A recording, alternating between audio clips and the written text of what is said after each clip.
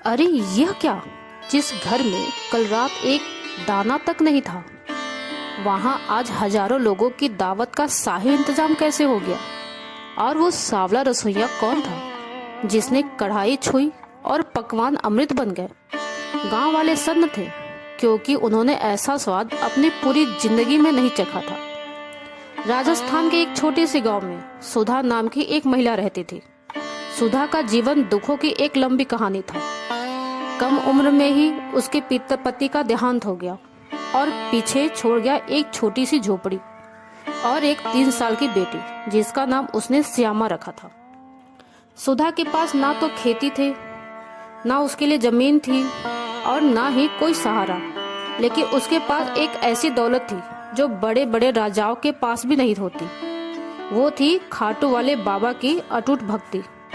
सुधा दिन भर गांव के संपन्न घरों में झाड़ू पोछा और बर्तन मांजती। उसे जो भी थोड़ा बहुत अनाज या पैसा मिलता, उससे वह अपना और अपनी बेटी का पेट पालती। लेकिन उसकी दिनचर्या का सबसे महत्वपूर्ण हिस्सा था श्याम को अपनी झोपड़ी के एक कोने में रखे बाबा श्याम के विग्रह के सामने दीपक जलाना।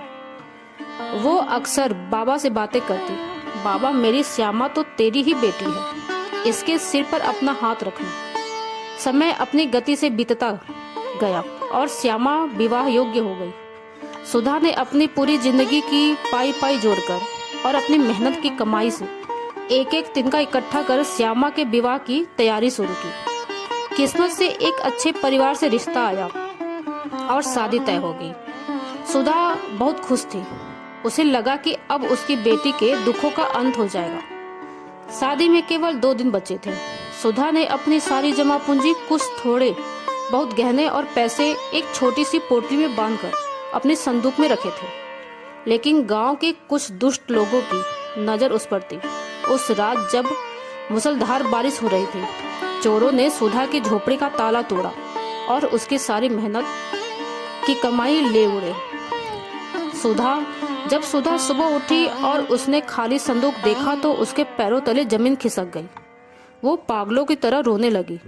अब उसके पास ना तो बारातियों को खिलाने के लिए राशन था, ना बेटी को देने के लिए कुछ, और ना ही हलवाई को देने के लिए पैसे। गांव के कुछ ईर्ष्यालु लोग जो हमेशा सुधा की भक्ति का मजाक उड़ाते थे, अब उस पर हंसने लगे। वे कहने लगे, सुधा, तू तो कहती थी कि तेरा सांवरा बड़ा दयालु है। अब देख, उसने तुझे कहाँ लाकर खड़ा कर दिया। अब देखते हैं